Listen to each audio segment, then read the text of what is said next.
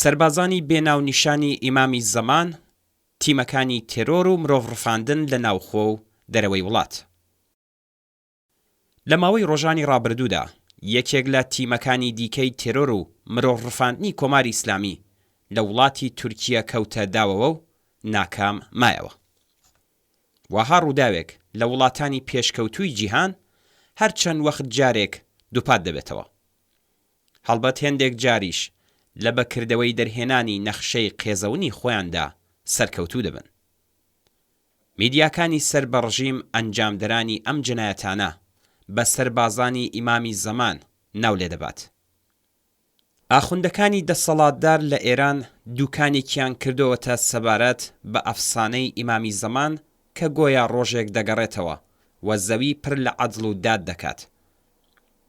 ئیمامی زەمان یان هەر باوەڕ و خوڕافەیەکی مەسهەبی دیکە تا کاتێک کە باوەڕێکی شەخسیە و پەیوەندی کەسی مەسهەبی لەگەڵ خوڵقێنەری خەیاڵی خۆی لەگەڵ کتێبی مەسهەبی و ڕێبەرانی تا کاتێک هەڕەشەیەک دژ بە کۆمەلگا بە ئەژمار نایەت، بابەتێکی خصوصی لە قەڵەم دەدرێت و مافی هەر ئینسانێکە کە باوەڕی مەسهەبی هەبێت یان سێکولار و ئاتئیست و بێخودا بێت و مافی هەردووی ئەم باوەڕانە پێویستە دابین و زەمانەت بکرێت. بەڵام حکوومەتی ئیسلامی دەسەڵاتدار لە ئێران و ئاخوندە شیعەکان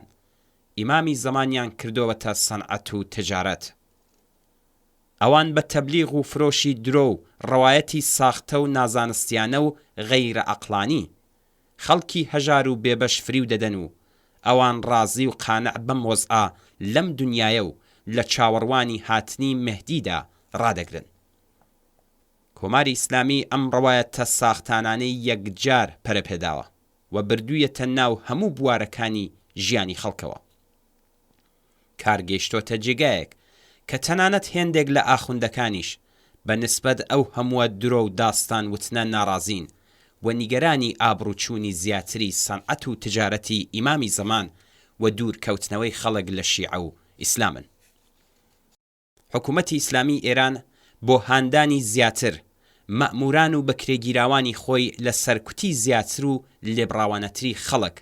بێجگە لە دانی حقوق و مەزایای مادی و ماڵی زیاتر، سیخۆڕان و مرۆڤکوژانی وەزارەتی ئیسلاحات سەربازانی بێناونیشانی ئیمامی زەمان ناو لێناوە.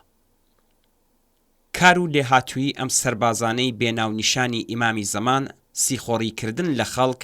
دەست بەسەرکردن و پەروەندەسازی بۆ ژنان و پیاوان، لاوان و تەنانەت منداڵان و پیران و ئەشکەنجە و دەستدرێژی سێکسی و فیزیکی دژ بە بەندکراوانی سیاسی، مرۆڤ ڕفاندن و تێرۆر و هەڕەشە لە بنەماڵەی نەیارە سیاسیەکانە. بەڵام ئەوەی کە داستانی سەربازانی بێناونیشانی ئیمامی زەمان سەرنجڕاکێشتر دەکات، کەڵک وەرگرتنی ئیتلاعاتی ڕژیم لە ئەرازل و ئۆباش و باندە مافیاییەکان و باندەکانی فرۆشتنی مادەی هۆشبەر بۆ تێرۆر و مرۆڤ کوشتن لە دەرەوەی ئێران کە چەندین نمونەی لە تورکیە و باقی وڵاتەکان لە قاودراوە. ئاخوند و دەستگای مەسهەبی شیعە ئەساسەن پەیوەندیەکی نزیکی لەگەڵ لات و باندە شەڕاشۆ و مافیایەکان هەیە و لەوان بۆ سەرکوتی خەڵک و سڕینەوەی نەیارانی سیاسی خۆی کەڵک وەردەگرێت کە نمونەکەیمان لە ئینقلابی مەشروتە لە ئێران لە جەریانی بەنەتەوەی بوونی نەوتی دەورەی دکتۆر محەممەد موسەدق لە کودتای 28 گەلاوێژی ساڵی 1332 هەتاوی، لە جەریانی شۆڕشی ساڵی 1357 هەتاوی، لە ئاخێزە جەماوەریەکان لە ماوەی 40 ساڵی ڕابردوو و لە لەشکەرکەشی بۆ سەر کوردستاندا بینیوە. حکوومەتی ئیسلامی بۆ شاردنەوەی شوێنی پێی خۆی لە تێرۆر و ڕفاندنی مرۆڤ لە دەرەوەی وڵات، لە سەرکوتی بەندکراوانی سیاسی لە زیندان و دژ بە ناڕەزایەتی خەڵک لەسەر شەقامەکان، پتر لە هەر کاتێک ڕووی کردووەتە کەڵک وەرگرتن و ڕێخستنی باندی قاچاغی مادەی هۆشبەر و گروپەلات و شەڕانشۆکان. ناودێرکردنی سەربازی ئیمامی زەمان بە هەر جەنایەتکار و خراپکاریەک کە حازرە لە بەرامبەر وەرگرتنی پارەدا، لە بری کڕین و فرۆشتنی ئازادی مادەی هۆشبەر، لە بری بەخشین و ئازادکردن لە زیندان لە کاتێکدا کە تاوان و جەنایەتی گەورەی ئەنجام داوە، نیشانی دەدات کە خودی ئاخوندەکانیش باوەڕێکی وایەن بە ئیمامی زەمان و بە سەربازانی بێناونیشانی و جنایەتکارەکەی نییە. کارل مارکس بە دروستی دەنووسێت کە تا کاتێک کۆمەلگا پیشەیەکی شەرافەتمەندانە بۆ ئاخوند و قەشە و خاخام و ئەم توێژە مفتخۆرە نەبینێتەوە، دووکان و تەجارەتی دین نەهامەتی و گیر و گرفتی یەکجار زۆر بۆ کۆمەلگای مرۆڤ دەخڵقێنێت. بەڕووخاندنی کۆماری ئیسلامی بەجیایی دین لە دەوڵەت بە بڕینی هەر جۆرە یارمەتیەکی ماڵی بە دەستگای مەسهەب و ناچارکردنیان بەدانی ماڵیات دەستی ئاخوند وەلات و چەقۆکێشەکان لە ژیانی خەڵک کورد دەبێتەوە. بۆ گەیشتن بە کۆمەڵگایەکی سالم کە باندە مافیاییەکان نەتوانن ببنە ئامرازی سەرکوت و جەنایەتی حکوومەتی ئیسلامی، بۆ کۆمەڵگەیەک کە پەرەپێدانی خورافەت تێیدا ئاسان نەبێت و زانست و کللتوری ئینسانی و دموکراتیک قسەی ئاخر بکات،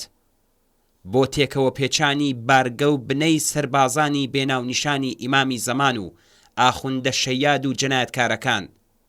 بۆ گەیشتن بە کۆمەڵگەیەک کە ئاخوند و لاتەکان لە بەرامبەر یاسا و خەڵکدا وەڵام دەرەوە بن، ڕێگا چارەیەک بێجگە لە ڕووخاندنی ڕژیمی ئیسلامی دەسەڵاتدار لە ئێران بوونی نییە.